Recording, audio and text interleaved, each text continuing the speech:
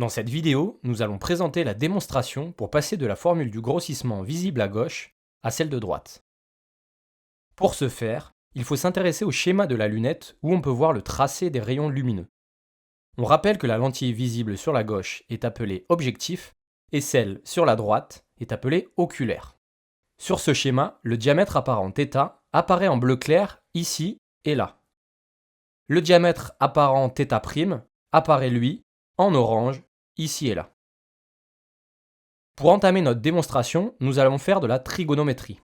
Nous allons donc nous intéresser à ces deux triangles rectangles qui sont colorés. Il faut aussi savoir que dans le cadre de l'approximation des petits angles, tangente θ est quasiment égale à θ. Dans le triangle rectangle O1A1B1, on a tangente θ qui est égale à la longueur du côté opposé du triangle sur la longueur du côté adjacent, soit A1B1 sur O1A1. Or, O1A1 est égal à la distance focale f'1, car A1 est confondu avec le point f'1. On a donc tangente θ qui est égale à 1B1 sur f'1.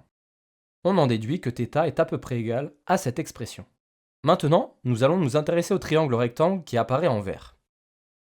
Dans le triangle rectangle O2A1B1, on a tangente θ' qui est égale à 1B1 sur O2A1. Or, O2A1 est égal à la distance focale f'2. Tangente θ' est donc égale à 1B1 sur f'2. On en déduit donc que θ' est à peu près égal à cette expression. Nous allons maintenant utiliser l'expression qui définit le grossissement. G est égal à θ' sur θ.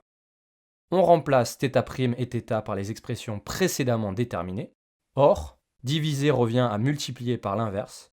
On a donc A1B1 sur f'2 fois f'1 sur A1B1. On peut simplifier par A1B1. On obtient donc l'expression souhaitée. Le grossissement d'une lunette astronomique peut se calculer grâce au quotient f'1 sur f'2, soit la distance focale de l'objectif sur celle de l'oculaire. Voilà, cette vidéo touche à sa fin. J'espère qu'elle vous aura aidé. À bientôt!